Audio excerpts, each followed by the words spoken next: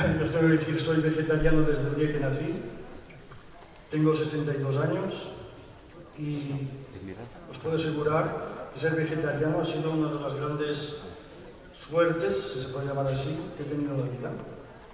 Yo os invito, estoy seguro que muchos de vosotros quizás no lo seáis todavía, pero os puedo decir, viendo un poco todo lo que ha sido la vida y yo que me he movido mucho en ambientes vegetarianos, que vale la pena el hacerse vegetariano, por muchas razones, no solo por razones de tipo ecológico o social, sino lo que quizás es el campo que más me interesa a mí, que es el tema de la salud.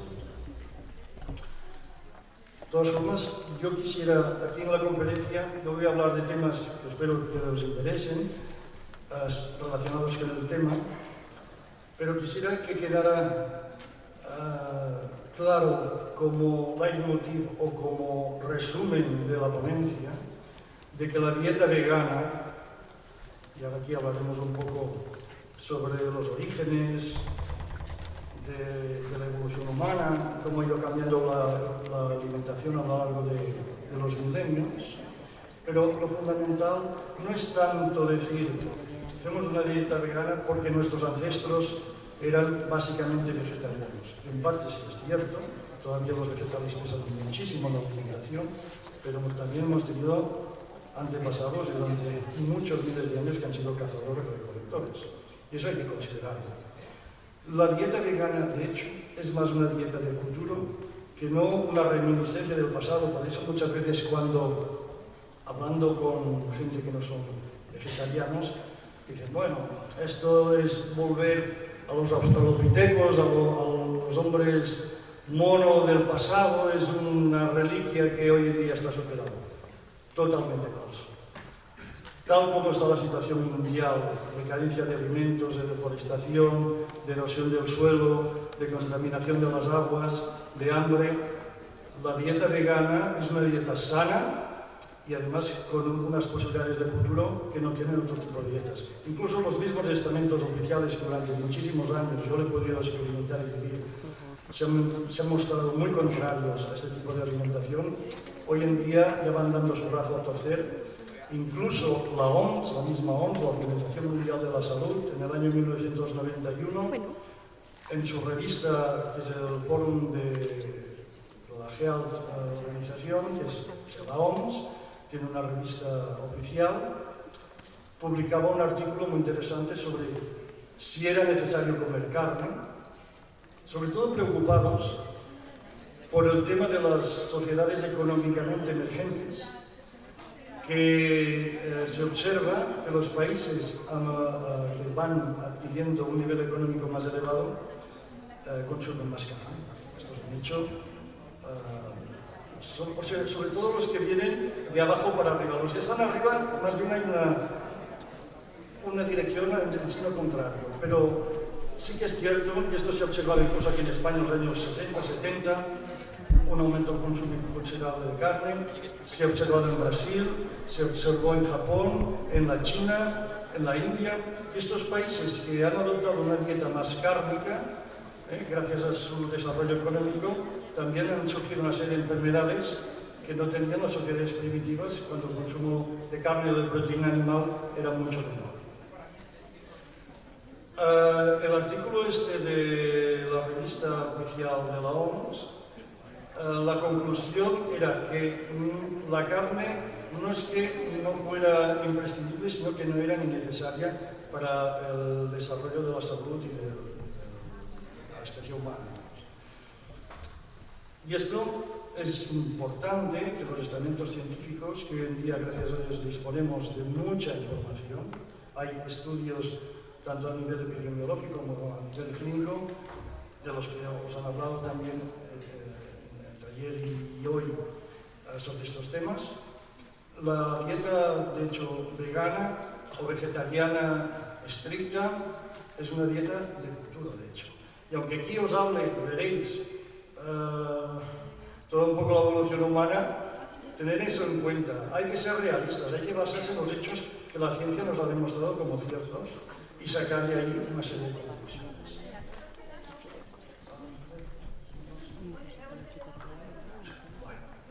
Mirad, quería empezar con esta imagen. Se ha hablado mucho de que si la genética del chimpancé, que es el animal más parecido al ser humano, es de un 97-98%, de que hay una gran similitud genética entre las dos especies.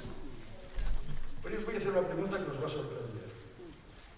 De estas dos especies, vemos el ser humano, ¿no? Vemos ahí la cadena del ADN, el chimpancé como va detrás subiendo. De estas dos especies, ¿cuál pensáis que está más adaptada para comer carne? Lo más seguro es que la inmensa mayoría piensa el ser humano. Pues no.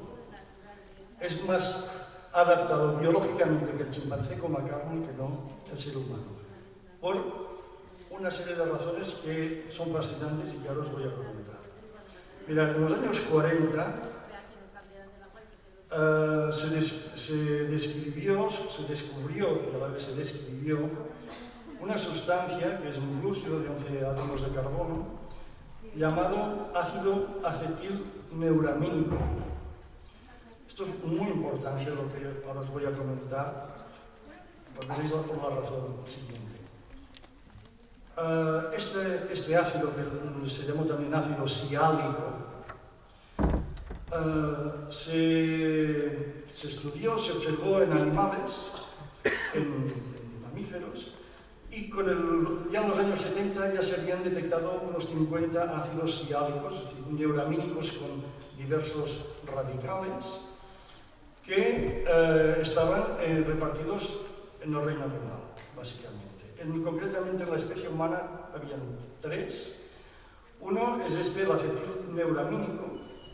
Y estos ácidos siálicos son sustancias que se encuentran en la superficie celular, las integran, se unen a proteínas o a glúcidos, se integran en la membrana celular, también los hay libres circulando por los líquidos orgánicos.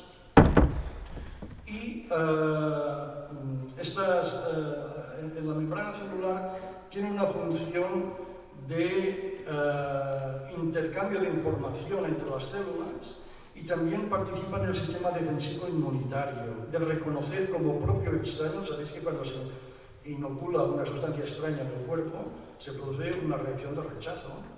Y esto lo hace el sistema defensivo inmunitario, y ahí participa estos ácidos siálicos, concretamente el acetilneuramínico. Y bueno, se sabía que existían estas sustancias, pero no se sabía nada más. Fue años más tarde cuando el profesor Agit Barkey de la Universidad de California en San Diego, en Estados Unidos, es un profesor universitario, tiene un equipo de investigación, y observan que hay un ácido siálico, a ver si lo puedo escribir aquí en el Word,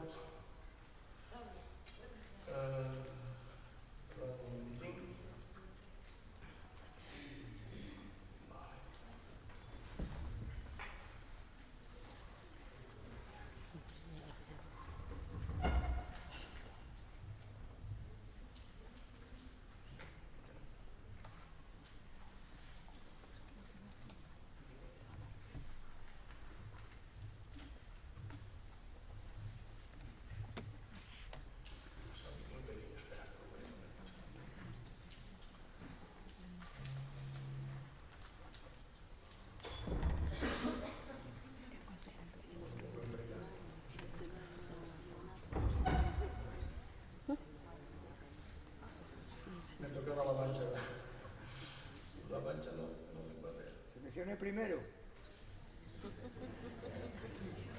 No, ya, pero es que hay una mancha no me va a ver.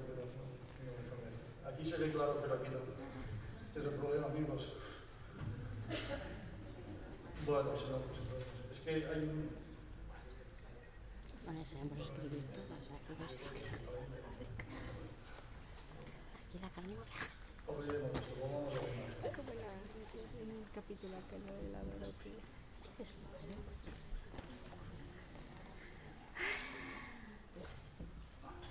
Bien.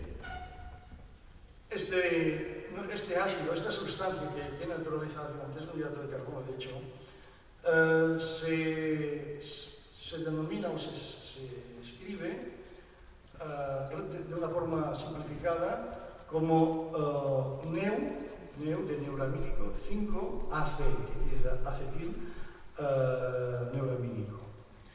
Vale.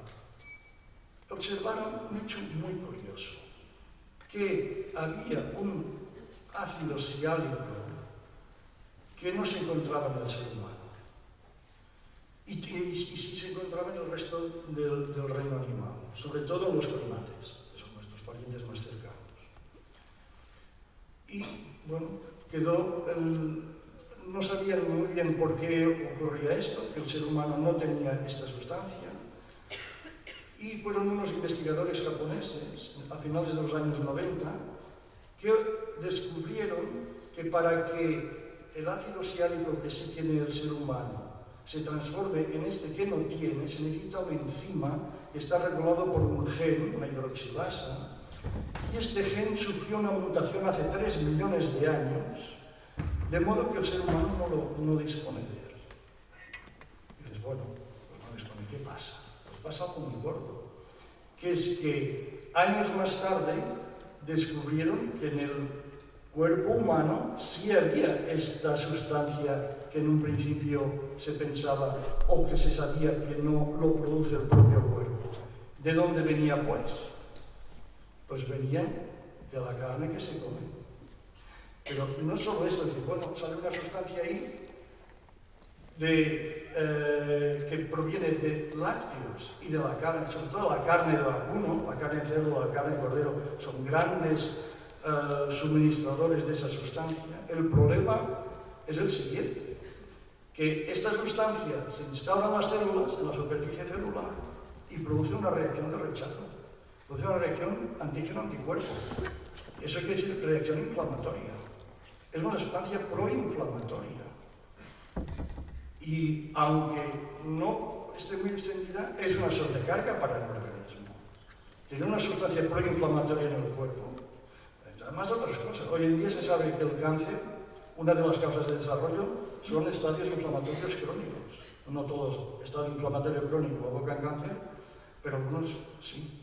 Y es una de las teorías de origen del cáncer. Y además, todavía para más inri, se descubrió en tejidos cancerosos una presencia de esta sustancia que es abreviadamente Neu5Gc mucho mayor que en el resto de las células. Es decir, que allí donde está esa sustancia crea problemas. Y esa sustancia no la produce el cuerpo, viene de la ingesta. ¿Y de la ingesta de qué? Básicamente de carne. Luego veremos dentro de los diferentes alimentos las cantidades de este Neu5Gc. ¿Cuáles son? Porque no todos los productos animales tienen la misma cantidad. Sí que os tengo que decir que los vegetales no tienen. Por lo tanto, eso ya es un factor de diferencia entre alimentos vegetales, aparte de otros muchos factores, muchísimos, ¿no? Pero este es un factor importante, que es de reciente descubrimiento científico. Si domináis el inglés, os lo digo porque en castellano hay poca información, pero tecláis en el Google Neu5Gc y veréis ahí la información que os sale. Y si domináis el inglés, ahí la información son mucho mayores, más detalladas, con más información que no. Porque esto ha salido publicado en la prensa, no es solo a nivel, diríamos, del ámbito académico, científico, no, eso ha salido publicado en la prensa, de que la carne roja es proinflamatoria, que de vez en cuando va saliendo en la prensa noticias de este tipo, ¿no? Aquí lo interesante es lo siguiente, que esta sustancia, incluso en tubos de ensayo, se pusieron células humanas, se puso esa sustancia y se vio que las células humanas la captaban. Evidentemente, en un tubo de ensayo no hay reacción antígeno-anticuerpo, pero el cuerpo sí. Por lo tanto, quien ingiere esta sustancia tiene un factor de sobrecarga proinflamatoria en su organismo.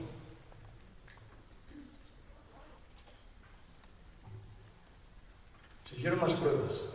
Incluso el mismo equipo investigador, cosa que es poco frecuente que se hagan autoensayos en propias personas, normalmente se utilizan en animales, se ha probado también esto, por supuesto, y se empezó conociendo el tema en animales.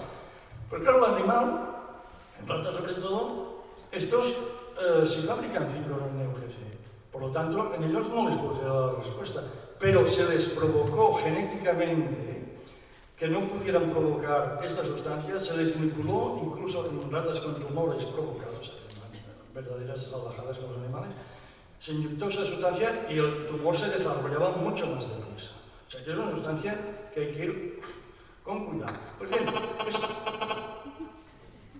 estos investigadores del equipo del doctor Ajit Barki de la Universidad de California en San Diego decidieron probar ellos mismos un concentrado de carne de cerdo y explorar en su propio organismo si subían los niveles del Neo5-Gc. Y analizaron la sangre, el suero, incluso el cabello, los tejidos, la secreción de saliva, y observaron que había un aumento cuando se ingería, en este caso, carne de cerdo, un aumento considerable de los niveles de esta sustancia en el organismo que duraba, es decir, me explico, al principio hay una subida intensa, tengo que decir que también el organismo elimina buena parte de esa sustancia, trata de eliminarla, pero no la elimina toda, una parte se queda retenida, que es la que da problemas. Pues bien, vieron esto que la sustancia del Neo5-Gc que quedaba retenido en el cuerpo producía esta reacción inflamatoria. Y duraba, o sea, era intensa durante 2-3 días. Luego bajaba de nivel y se quedaba en un remanente. Aquí vemos una cosa muy interesante que tiene mucho que ver con medicina naturista. Sabemos por experiencia que los pacientes que padecen una enfermedad inflamatoria no deben tomar proteína animal, les perjudica. Esto podría ser una explicación. Otro tema.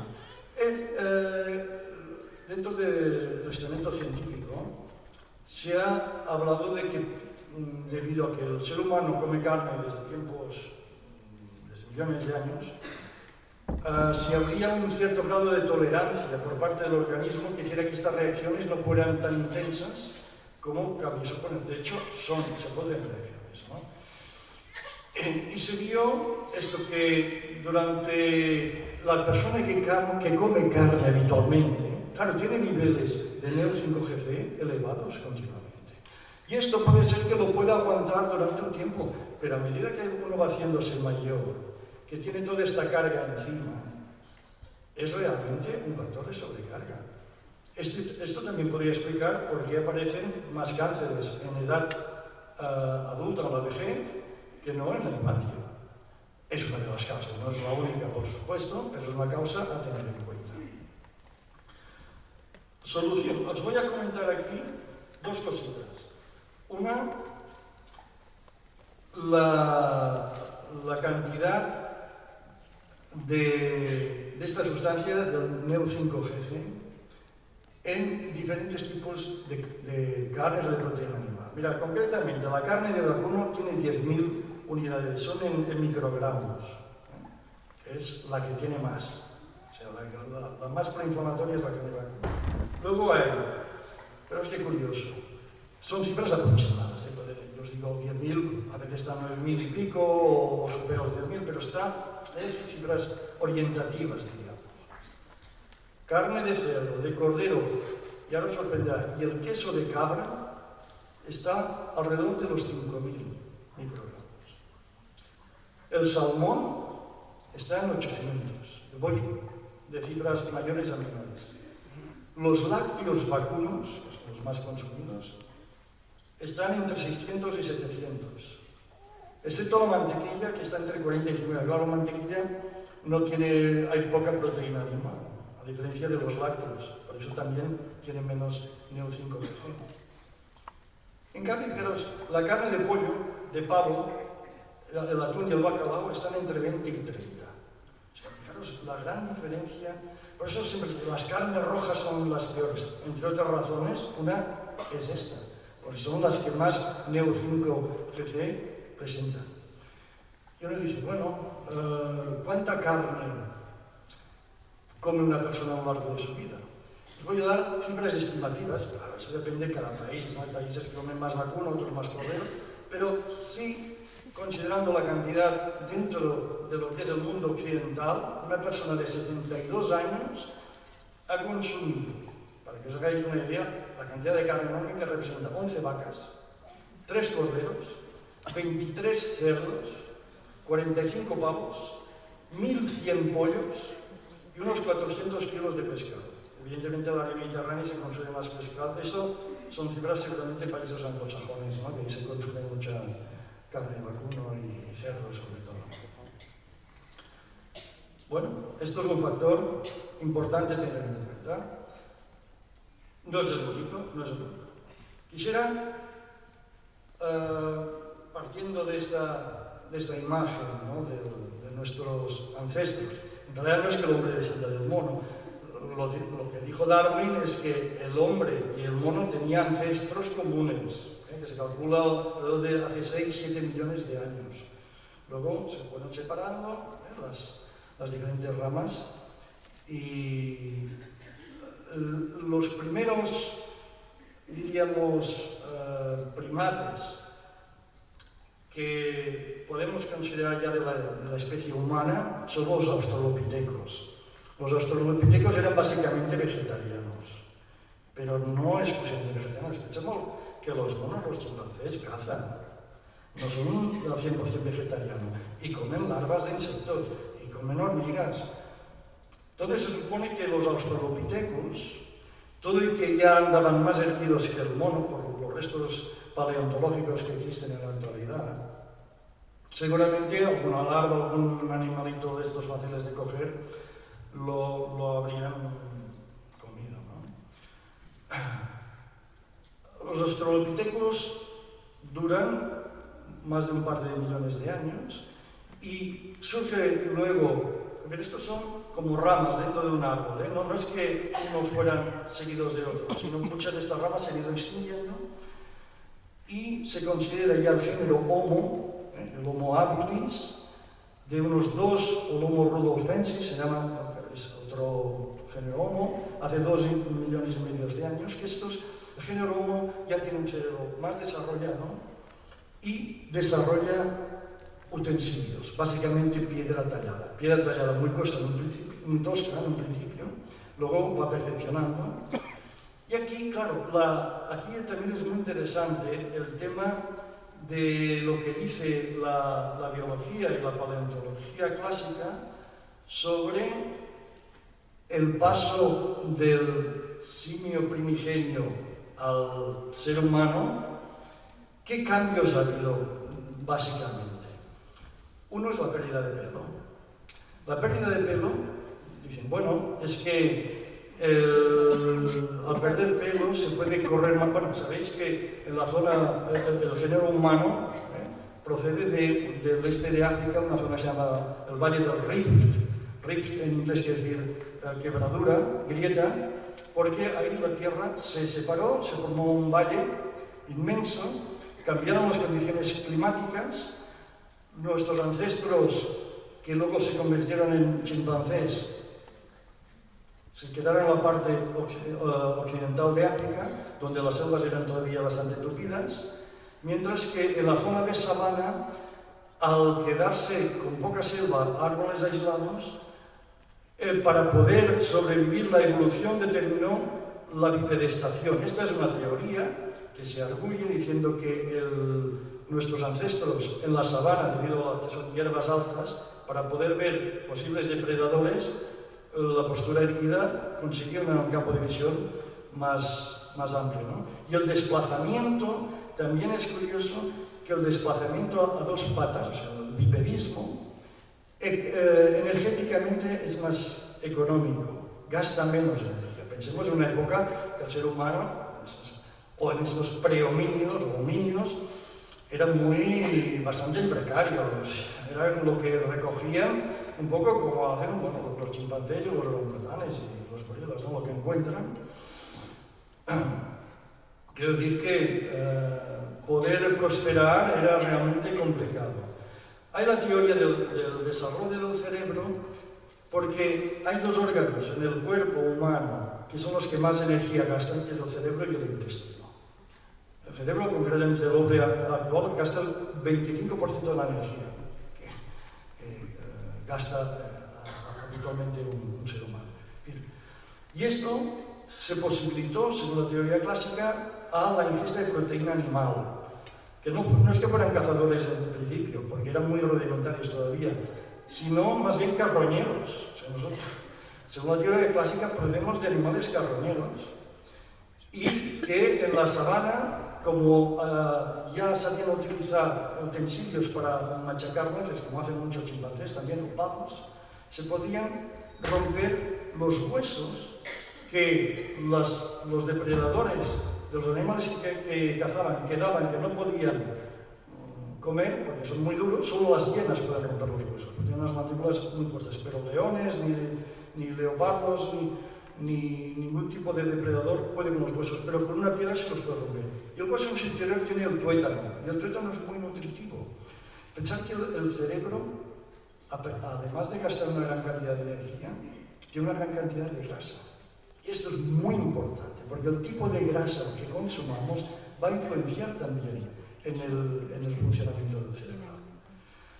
Bueno, la teoría clásica dice eso, que se perdió el pelo porque eso facilitaba el desplazamiento, la bipedestación, andar erguidos es para divisar mejor el horizonte de la sabana. Por otra cosa también muy importante, las zonas donde no había bosque daba el sol y eso produce un recalentamiento en los animales que tienen pelo. Se inicia entonces el proceso de la sudación. Con sudación regulamos bien la temperatura, pero necesitamos tomar agua. Y esto es muy importante para lo que luego os voy a comentar. Además, el hombre, o sea, en la posición bípeda, el impacto del sol es menor. O sea, a cuatro patas, la radiación solar es mucho más intensa en el cuerpo, que esto si estás en la selva no te influye, pero si estás en zonas descampadas, como era la sabana de la zona esta del Valle del Rift, sí que es importante. Por lo tanto, también es una ventaja evolutiva la bipedestación, ¿no? Ahora, aquí hay cosas que no cuadran. Hay cosas que no cuadran que a través de un gran biólogo marino inglés, se llamaba Alistair Harding, observó que luego a través de lo que ahora os voy a comentar, se explican muchas cosas que con la teoría clásica de la evolución no se ve una explicación clara. Y es que él, como biólogo marino, sabía que los cetáceos, sabéis que los cetáceos son mamíferos, de hecho, los delfines, ballenas, amamantan a sus crías, ¿no? Las focas también. Tienen primero que no tienen pelo. Por lo tanto, dices, perder el pelo para desplazarse más rápido. Los leones, muchos animales depredadores tienen pelo. También tengo que decir que andando a dos patas se gasta menos energía, pero en cambio se pierde velocidad. Por eso un mono a cuatro patas es más rápido que nosotros. Lo que pasa es que se cansa antes. Y de hecho hay un hecho muy curioso, que es cierto, que es los bosquimanos, que en África se llaman la tribu San. Esta gente caza, es cazador-recolector. Luego mostraré unas imágenes aquí que nos ayudarán también a ver un poquito este tema. Esta gente caza. Ahora os reiréis, pero esto es cierto, esto ha sido publicado por revistas científicas, a base de perseguir al animal, a cansar al animal. Claro, en manadas que van, siempre cogen al que ven que es más débil, o puede ser por la edad o por la juventud. Y el animal corre más que ellos, pero se cansa antes. Y además tolera mal la insolación, tiene que meterse en zonas de sombra para poder restablecerse. A eso llega otra vez el bosquimano, corriendo detrás. Y el animal vuelve a arrancar, si se ha recuperado, hasta que lo agota. Y de hecho, cazan por agotamiento. Y es más, incluso hay algunos que cazan sin armas, simplemente agotando al animal. Y esto, en parte, es gracias a la gran resistencia que, además, esta población son pequeñitos, delgaditos, pero súper resistentes, adaptados al desierto del Kalahari.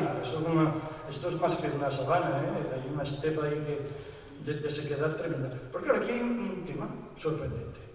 ¿Cómo puedes que un animal como la especie humana que se ha desarrollado en la sabana, según la teoría clásica, necesite tanta agua. Porque claro, el animal en caso de deshidratación, el ser humano con que se deshidrate un 10% de su cuerpo, muere.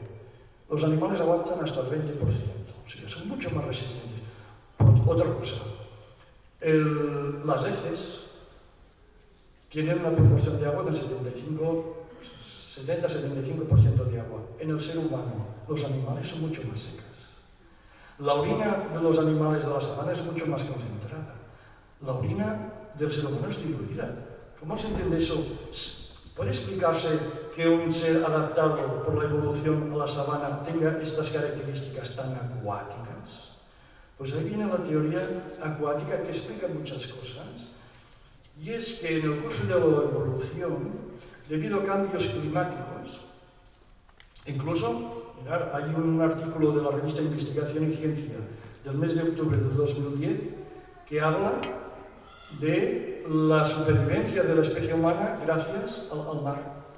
Porque debido a un cambio climático de una sequedad extrema, los desiertos eran mucho mayores que los que hay ahora. Solo en la zona de Sudáfrica, ya os estoy hablando del Homo sapiens, que es mucho más reciente. Se sabe que el Homo sapiens que nace en África, hace 195.000 años, estaba en una etapa floreciente. Vino un periodo glacial de gran sequedad, el nivel del mar bajó 50 metros. Esto posibilitó luego, hace 60.000 años, la extensión de la especie humana por todos los continentes. Bajó el nivel del mar y muchas islas que antes eran islas se pudieron alcanzar andando o con pequeñas embarcaciones. Bueno, el caso es que, de hecho, lo que se sospecha es que el ser humano se desarrolló la necesidad de proteínas para hacer crecer el cerebro y reducir el gasto energético del aparato digestivo. No fue tanto que fuera cazador, porque eso vino después, sino recolector de animales marinos, de crustáceos y moluscos, porque esos son fáciles de coger. Y tienen una serie de características muy curiosas. Una, que son ricos en proteínas, son alimentos muy perecederos, por eso se cogen tantas intoxicaciones tomando marisco, a no ser que los comas frescos en el lugar, y en aguas no contaminadas, cosa que sucedía en aquel entonces. Mucha gente el marisco le sienta mal, porque en los procesos de descomposición se producen unas sustancias que se llaman aminas bioactivas, que muchas producen alergia, a no ser que lo consumas como hicieron nuestros antepasados. Y además otra cosa también interesante, que son muy ricos en omega 3. Y el omega 3 se ha observado que es la gran grasa para el desarrollo de las neuronas cerebrales, que es importantísimo. Y vamos a ver, es importantísimo. Es importantísimo porque hay un déficit de consumo. También es importante el omega 6. El problema es que de omega 6 se consume mucho más que de omega 3. Y en aquella época se calcula que las cifras de consumo de omega 3 y omega 6 eran parecidas. El omega 6 se encuentra sobre todo en los granos de cereales, en las semillas, es donde más se concentra. Los vegetales también producen omega 3, pero en menor cantidad. El caso es que hoy en día se considera que la relación, esto también es muy curioso, de omega 6 y omega 3 debe ser 4:1 a favor de los omega 6. En aquella época era 1:1. Los esquimales, concretamente, que comen mucho pescado, tienen niveles de omega 3 más elevados que omega 6 y tienen problemas también. El problema no es que uno sea bueno y el otro sea malo, el problema es el desequilibrio. Y se considera como cifra aceptable unos niveles de 4:1, porque en la leche materna hay esta proporción. Entonces, si en la leche materna hay esa proporción omega 6 omega 3, pues esa debe ser una proporción ideal para la especie humana. Pero también la relación 1:1 puede ser aceptable. El problema es que con el tipo de alimentación que se hace en la actualidad, Las relaciones son de 10, 20, 30 a 1. Y eso, pensar que los omega 6 son proinflamatorios también. Claro, ¿cómo vino esta riqueza, este desarrollo del cerebro tan importante para, aparte de liberar las manos y poder hacer utensilios que luego facilitarían la progresión de la especie humana en los diversos continentes, en los diversos ecosistemas? Pensamos que el ser humano sale de África hace 60.000 años. No, perdón, había salido ya antes, hace casi 2 millones de años, 1,5 millones, a través del Homo erectus, pero no había alcanzado, o al menos no se han encontrado restos fósiles en todo el planeta, sino en determinadas zonas. Hay una segunda salida de África, eso que se llama la salida de África, que es ya del Homo sapiens, del hombre moderno, el que es parecido prácticamente igual a nosotros ya con un volumen de capacidad cerebral de 1.400 centímetros cúbicos. Y por razones que no se sabe bien si fue por una sobrepoblación o por razones de cambio climático, empieza a salir de África y extenderse por el mundo. Pensemos que en esta fase entre 195.000 años y 123.000 años hay un cambio climático brutal en la Tierra que hace que solo pequeñas poblaciones de Homo sapiens puedan vivir en las costas.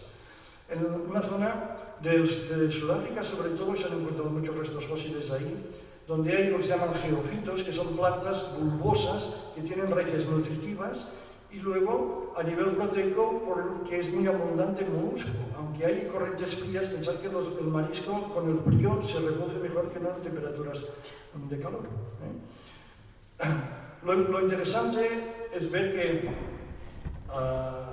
de hecho, en esta época, la especie humana que cruzaba, que había unos varios miles de habitantes, pasó a pocos cientos. O sea, la especie humana estuvo a punto de extinguirse en este periodo de tiempo. Y gracias a estos pequeños grupos o grupitos en la costa sudafricana, pudo luego extenderse hasta las cifras actuales de casi 7.000 millones de habitantes que tiene el planeta. Y todos procedemos de ese pequeño grupo de Homo sapiens que pudo sobrevivir a este cambio climático. Entonces, el ser humano se extiende por todo el planeta. Se calculó hace unos 60.000 años, hace 55.000 años ya llega al sudeste asiático. El nivel del mar estaba mucho más bajo. Muchas islas de Malasia ya se encontraban bastante cerca de Nueva Guinea y del continente australiano. De ahí pasan al continente australiano hace unos 50.000 años. A Europa se llega a través de Asia, hace una vuelta, no pasan por Gibraltar, porque, claro, toda la zona africana era complicada de atravesar entonces, los desiertos sobre todo, sino que pasan por la zona de Israel. De hecho, la primera inmigración es a través de las costas del Yemen, de la península arábica. Salen por allí, se van extendiendo, llegan a Europa hace 45.000 años y ahí se encuentran a unos seres que no son homínidos, muy parecidos, incluso tienen la cabeza más grande, que son los neandertales. Los neandertales son los descendientes del Homo erectus que emigró al continente asiático y europeo. Y ahora esta segunda oleada de hace relativamente pocos miles de años se encuentra con los neandertales. El neandertal tiene un inconveniente, es más fuerte que el Homo sapiens y es más cazador y habituado más al frío porque vive en zonas de nieves. Europa es más fría en aquella época y puede sobrevivir gracias a la caza. Pero el Homo sapiens, que no es tan fuerte, está mejor organizado y por eso es lo que se extiende a todo el mundo. De Asia se llega casi al círculo polar ártico hace 40.000 años y luego a través de Siberia y el estrecho de Bering, que es el que une o que está entre Alaska y la parte más oriental de Siberia, se puede atravesar andando en invierno. Y por allí bajan América. América es colonizada hace 15.000 años. Todas estas poblaciones eran cazadores. Ya el Homo sapiens ya es un cazador muy avanzado. Ya no solo utiliza elementos de piedra, sino que utilizaba también flechas y lanzas y unos propulsores de las lanzas que les permite lanzar la lanza a más distancia, ¿no? Claro, nosotros, de hecho, somos descendientes, ¿no? Somos, de hecho, Homo sapiens todavía, ¿no?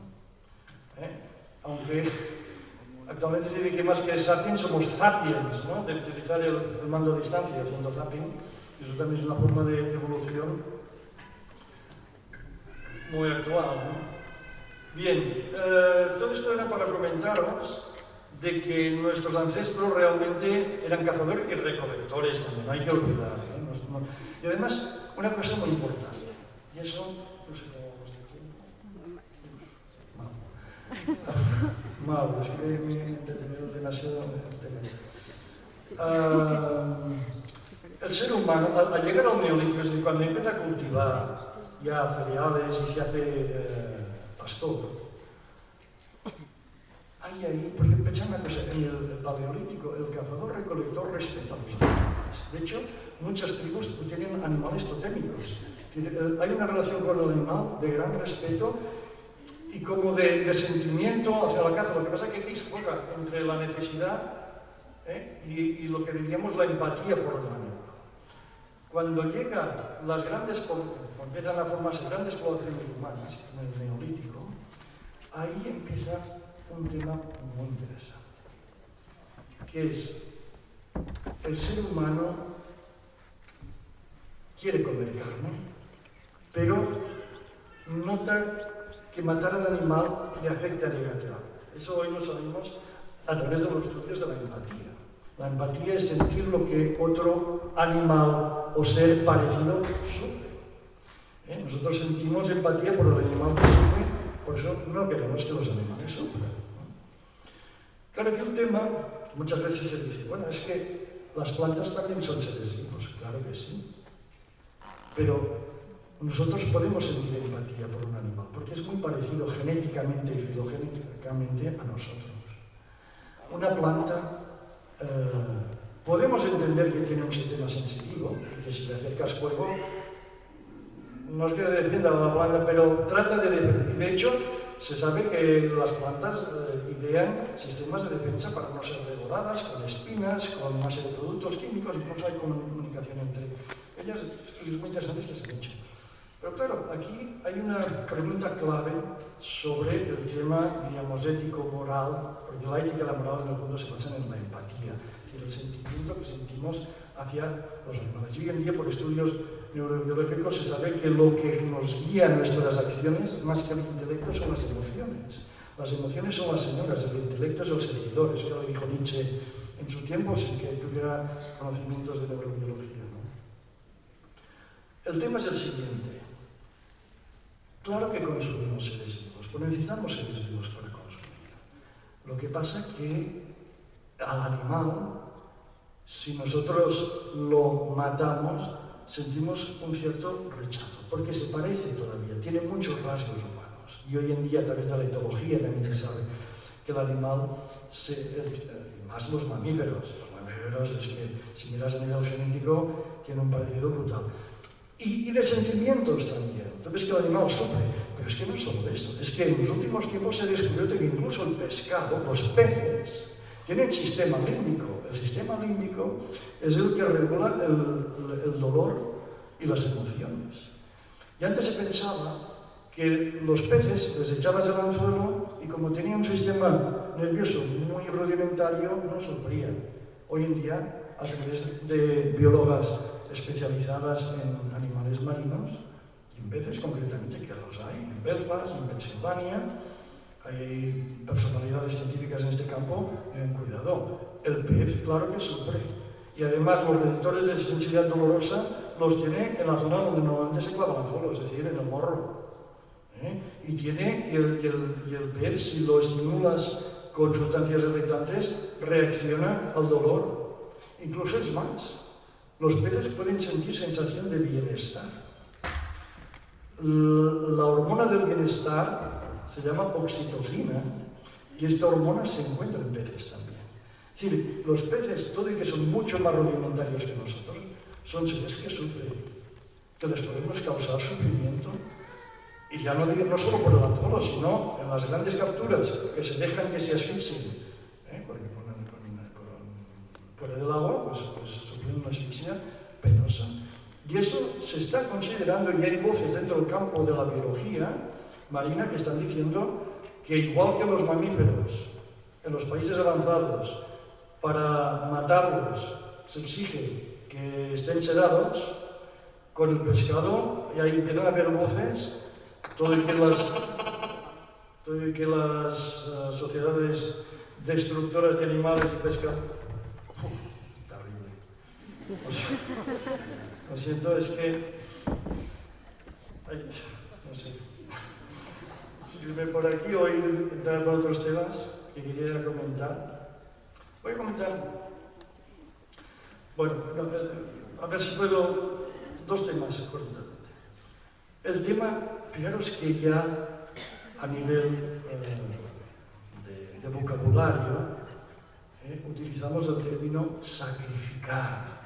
No sé qué, se matan cerdo, el matarife no mata cerdo, o el carnicero no mata cerdo, sacrifica. ¿De dónde viene esto?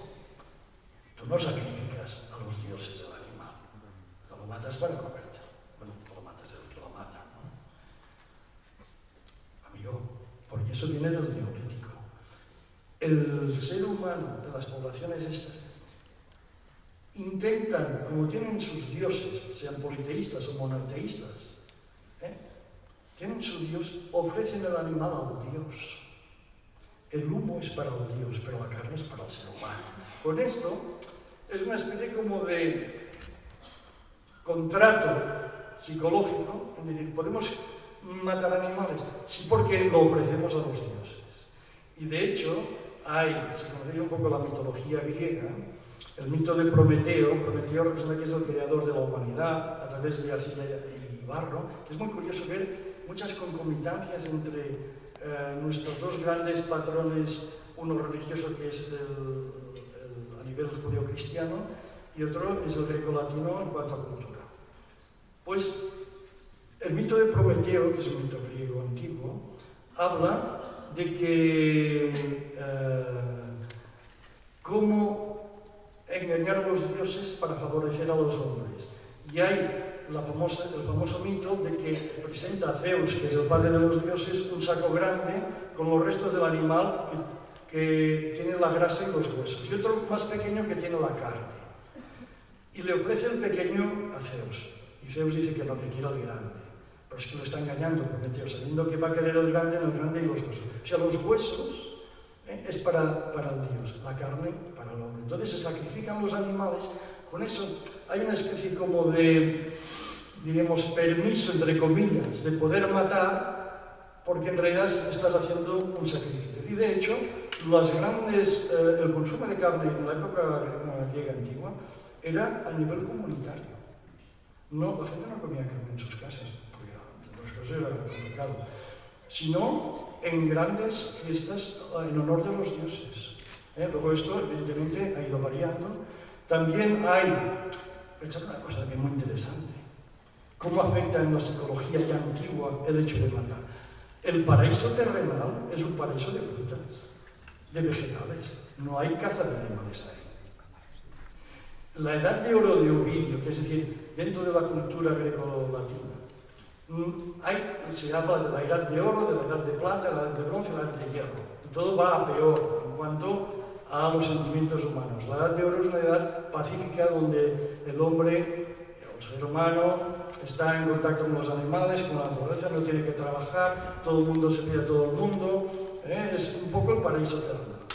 Y ahora que hablo de paraíso terrenal, veréis la importancia que tiene el agua y nuestra relación con el agua. Hoy en día los paraísos terrenales son las islas del Caribe, lugares de clima agradable al lado del mar.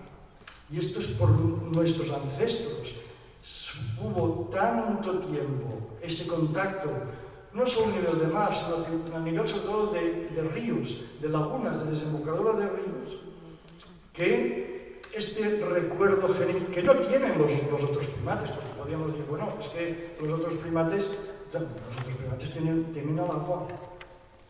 Incluso hay un hecho diferencial. La membrana interdigital entre el índice y el pulgar, si miráis las manos de orangutanes, chimpancés y gorilas, no tienen los dedos separados. ¿Podría ser esto porque el ser humano, y de hecho la bipedestación también, se ve favorecida por el contacto con el agua? Pues podría ser esta. No. Bien, ya para terminar, solo una... Me he dejado muchas cosas en el tintero, lo siento mucho, pero bueno, al final, ya no tenemos ocasión pues, en otros momentos de hablar del tema. El tema de las proteínas. Dos cositas muy importantes. Porque claro, el gran mito de la carne es que, esto hablo del público en general, ¿no? La gente de la calle le dices, no como carne, ¿de dónde sacas las proteínas? Es la pregunta típica, ¿no? La proteína animal está sobrevalorada. Y hay muchas pruebas de ello que no voy a entretener porque nos sabemos. Sino dos cositas muy interesantes. Una, hay, como el ser humano de las sociedades occidentales come más de lo que puede gastar, hay una epidemia de obesidad brutal. Y esta epidemia de obesidad, ¿cómo se puede combatir? Hay dietas a base de proteína animal. Dieta Atkins, ahora se pasa de moda la Dukan. Todo eso, ¿por qué? Porque la proteína animal es saciante, sacia el hambre, antes que no otro tipo de alimentos. Se quita el hambre, incluso produce una serie de hormonas anorexígenas que se llaman, que inhiben. Incluso produce a nivel del duodeno, del intestino delgado, mayor secreción de glucosa, que eso hace, que es una señal que se envía al hígado y del hígado al cerebro y cesa la sensación de hambre. Es decir, una dieta a base de carne y verduras. Como las verduras tienen pocos hidratos de carbono, claro, eso seguro no tenemos. Y la carne te quita el hambre. Por eso son dietas que adelgazan, pero son dietas insanas. Y eso hay que saberlo. Porque los alimentos de origen animal tienen una serie de residuos metabólicos, y aparte de los que pueden llevar, que exigen un esfuerzo para el organismo. Y ya para terminar, y me sabe muy mal no poder comentar las otras cosas, es un gran descubrimiento que se hizo un profesor alemán, concretamente el profesor Lothar Benn de la Universidad de Frankfurt, con medios, ahí disponían de microscopio electrónico, de que en la teoría clásica de alimentación se dice no hay depósito de proteínas en el cuerpo. Él demostró que no es cierto. Y eso además tiene unas consecuencias para la salud fundamentales. Las proteínas que hay en exceso, como suele ocurrir en la dieta convencional, las células del interior de los capilares sanguíneos y de las arterias las captan y las almacenan debajo de ellas, en lo que se llama la membrana basal de los capilares. Ahí se acumulan las proteínas. Y eso tiene unas consecuencias muy importantes. Y es que si el capilar, porque sabéis que las células de nuestro cuerpo se nutren a través de los nutrientes que van por los capilares sanguíneos, los atraviesan y llegan a las células. Pero si la barrera, en vez de ser de una cierta delgadez, es más gruesa, les cuesta llegar. Tanto las proteínas que llega el plasma, como la glucosa, como la insulina, incluso como el agua. Y esto permite explicar, por ejemplo, la llamada hipertensión esencial.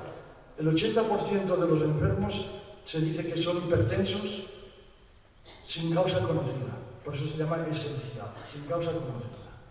Dent explica, dice, no. Y además es que él ha hecho pruebas mediante cómo se puede bajar este grosor que dificulta el paso, la llegada de nutrientes a las células y la salida de residuos de las células a las vías de eliminación también las dificulta. Por eso el ayuno es una vía. Pero también el cambio de alimentación, hacer una alimentación menos rica en proteínas. Una alimentación, incluso él, puede ser un profesor universitario, ha utilizado la sangría.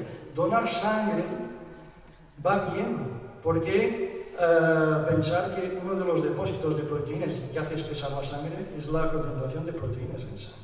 Y eso está muy relacionado con la alimentación. Todo el que las células estas del interior de los capilares tratan de coger las proteínas y mandarlas a la membrana basal, hay transitoriamente un aumento de la concentración de proteínas de sangre, y eso hace que la sangre se espese y que haya más problemas de tipo circulatorio. Eso es pensar que los problemas de tipo circulatorio es el gran caballo de batalla de la medicina actual. Incluso pues, utilizaba sangrías. Sangrías, normalmente cuando das sangre te quitan unos 400 centímetros cúbicos de sangre y te dan un margen de 3-4 meses para que puedas volver a... Para utilizar las sangrías con fines terapéuticos, en realidad se utilizan dosis menores. Claro, el problema es que no se pueden aprovechar para dar sangre, de 200 centímetros cúbicos, pero lo puedes repetir a las 6 semanas. Luego con la dieta. Y eso lo he observado cómo se mejora, igual que se observa en las personas que ayunan, que tienen una sobrecarga proteica, como suele suceder en la mayoría de personas, mejoran su estado de salud precisamente porque mejoran la filtración de los capilares sanguíneos. Y eso es la base fundamental de que pueden llegar las sustancias nutritivas, las células y la salida de residuos. No puedo más.